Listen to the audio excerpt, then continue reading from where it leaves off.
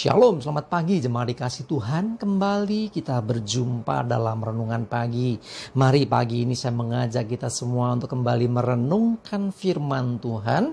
Karena firman Tuhan inilah yang menjadi sumber kekuatan bagi kita. Oleh firman Tuhan kita akan terus dibangun, diteguhkan dan dikuatkan dalam iman dan pengharapan. Bahkan firman Tuhan juga akan menuntun dan menerangi langkah hidup kita. Mari sebelum kita merenungkan firman Tuhan, kita akan berdoa terlebih dahulu. Bapa di surga, kembali Tuhan, pagi hari ini kami datang ke hadirat-Mu. Kami sungguh-sungguh mengucap syukur atas begitu besar kasih setia-Mu, rahmat dan anugerah-Mu, berkat, kemurahan, perlindungan, penyertaan, bahkan pertolongan-Mu ya Tuhan atas hidup kami. Dan pagi ini juga Tuhan, mohon tuntunan-Mu melalui firman-Mu. Mari Tuhan nyatakan dan singkapkan kebenaran. Dan lebih daripada itu juga urapi kami, sehingga kami bisa menangkap pesan-Mu, menangkap rema yang dari Tuhan dan juga melakukan dalam hidup kami. Terima kasih, dalam nama Tuhan Yesus kami bersyukur dan berdoa. Amin. Mari jemaat dikasih Tuhan, kita akan buka Alkitab kita. Renungan pagi hari ini saya ambilkan dari Yesaya 55 ayat 8 dan 9. Saya bacakan. Sebab rancanganku bukanlah rancanganmu, dan jalanmu bukanlah jalanku.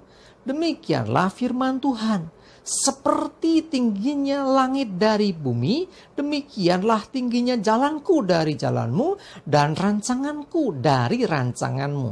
Jemaat dikasih Tuhan, Tuhan punya rancangan. Dan rancangan Tuhan itu sempurna. Nah, ketika dinyatakan bahwa rancanganku bukan rancanganmu, artinya rancangan Tuhan tidak sama dengan rancangan manusia. Manusia juga punya rancangan, tetapi sekali lagi rancangan Tuhan sempurna dan rancangan kita jauh dari sempurna. Nah, sebagai orang-orang yang percaya kepada Tuhan, sudah semestinya kita hidupi akan rencananya. Tanggalkan rancangan kita saraf daging, ya, rancangan-rancangan manusia kita, dan mulai datang kepada Tuhan, mulai tangkap apa yang Tuhan mau. Ya, hidupi rancangannya, hidupi rencana Tuhan. Ketika kita hidup dalam rencana Tuhan, maka kita akan disertai Tuhan. Bukan tidak ada masalah, masalah tetap ada. Tetapi dalam penyertaannya kita akan dimampukan. Bahkan ketika menemui jalan buntu, kita akan dibawa keluar dari kebuntuan. Bisa saja dengan breakthrough, bisa juga dengan Tuhan buka jalan yang lain. Yang jelas pasti adalah bahwa ketika kita ada dalam rencana Tuhan, maka kita pasti bisa melewati setiap tantangan. Contoh di Alkitab ada Yusuf yang mendapat mimpi yang luar biasa, jadi seorang penguasa.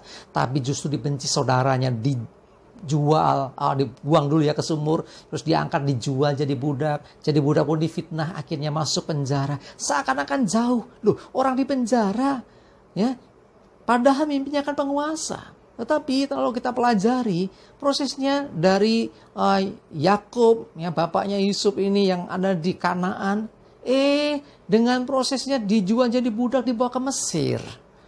Dan di Mesir inilah Yusuf jadi seorang penguasa atau kurang lebih sebagai perdana menteri kurang lebih, ya.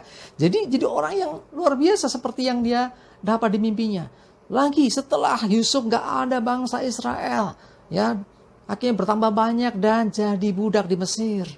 Nah, Tuhan mau membawa bangsa itu masuk ke tanah perjanjian. Ditahan sama Fir'aun. Akhirnya Tuhan turunkan tulah dari 1 sampai 10. Dan akhirnya berhasil keluar juga. Nah, kalau Tuhan sudah merencanakan sesuatu, tidak ada yang gagal. Setelah keluar dari Mesir, di tengah jalan masih dikejar oleh tentara Fir'aun. Apa yang terjadi kemudian? Tuhan melihat bangsa ini dengan penuh belas kasihan. Bahkan Tuhan punya rancangan untuk bangsa ini. Sehingga akhirnya penyertaannya sungguh nyata. Ketika akhirnya berhadapan dengan Laut Teberau, nggak ada jalan lagi. Tuhan sanggup buka jalan. Ya, karena dia punya jalan yang tidak terpahami oleh manusia. Laut dibelah loh, jadi jalan. Itulah cara Tuhan. Akhirnya bangsa itu bisa keluar dari kejaran atau terlepas dari kejaran tentara Fir'aun, karena tentara Fir'aun semuanya tenggelam di laut dan mati. Jemaat dikasih Tuhan, tidak ada yang gagal dari rencana Tuhan, sekalipun prosesnya yang ngeri-ngeri sedap. Karena apa? Berhadapan dengan musuh yang ngeri sekali. tetapi Tuhan tolong. Ada banyak contoh di Alkitab yang lain yang juga Tuhan menolong. Abraham misalnya, Tuhan berfirman kepada Abraham bahwa keturunan Abraham akan seperti bintang di langit dan pasir di pantai. Tetapi sampai tua, umur 100-an tahun belum punya anak. Bagaimana janji Tuhan tergenapi? Tidak ada yang mustahil ketika orang itu masih tetap percaya kepada Tuhan. Ya, maka Tuhan buka jalan. Ya, istrinya yang sudah istilahnya mati haid pun akhirnya bisa hamil dan punya anak Ishak. Luar biasa. Loh, terus akhirnya Ishak diminta dikorbankan. Loh, ini gimana toh? Ternyata itu bagian dari rencana Tuhan untuk menguji iman Abraham. Yang intinya adalah ketika orang itu dalam rencana Tuhan, Tuhan menyertainya. Tuhan akan memampukannya. Sekali lagi, ketika kita mengikuti rencana Tuhan bukan tanpa tantangan, bukan tanpa masalah, bukan tanpa hambatan. Tetapi sekalipun menghadapi tantangan, hambatan, dan kesulitan, tetap Tuhan menyertai. Kalau Tuhan menyertai, Tuhan pasti menolong. Sebab tidak ada yang mustahil bagi Tuhan. Firman-Nya berkata bahwa jalanmu bukanlah jalanku. Ya, jalan kita, jalan pikiran manusia berbeda dengan jalan Tuhan. Tuhan sanggup buka jalan. Laut aja jadi jalan. Ya, bagi Tuhan, laut bisa jadi jalan. Bagi kita, aduh gimana orang bisa berjalan di tengah laut tanpa tenggelam. Gak naik perahu loh ya. Bisa. Tidak ada yang mustahil. Mari ketika Bapak Ibu Saudara sedang mengalami masalah, ya, pastikan bahwa engkau ada dalam rencananya. Datang kepada Tuhan. Tuhan, aku mau hidup sesuai dengan rencanamu. Ya, nyatakan kerinduanmu. Dan ketika engkau sudah berdoa minta pimpinan Tuhan, tapi menghadapi masalah, jangan takut. Sebab Tuhan pasti menolong. Ingat, Tuhan punya banyak cara. Dan cara Tuhan tidak seperti cara kita. Bahkan Dia sanggup melakukan jauh melebihi apa yang bisa kita minta.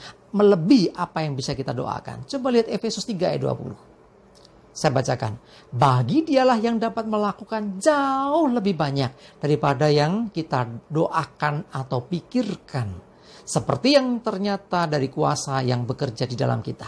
Jadi bagi Tuhanlah ya, Dia sebab dapat melakukan jauh melebihi apa yang bisa kita doakan dan pikirkan. Nah, kalau kita memikirkan, oh pasti begini, pasti begitu, belum tentu. Tuhan bisa melakukan jauh. Seperti saya contohkan tadi, ketika Musa dan bangsa Israel bisa melewati lautan yang terbelah. Itu cara Tuhan. Bangsa Israel bisa keluar dari Mesir, di mana Mesir itu bangsa yang kuat, negeri yang kuat. Ya, bisa terlepas. Itu juga cara Tuhan. Ya, terus belum lagi Abraham, belum lagi contoh-contoh di Alkitab banyak sekali.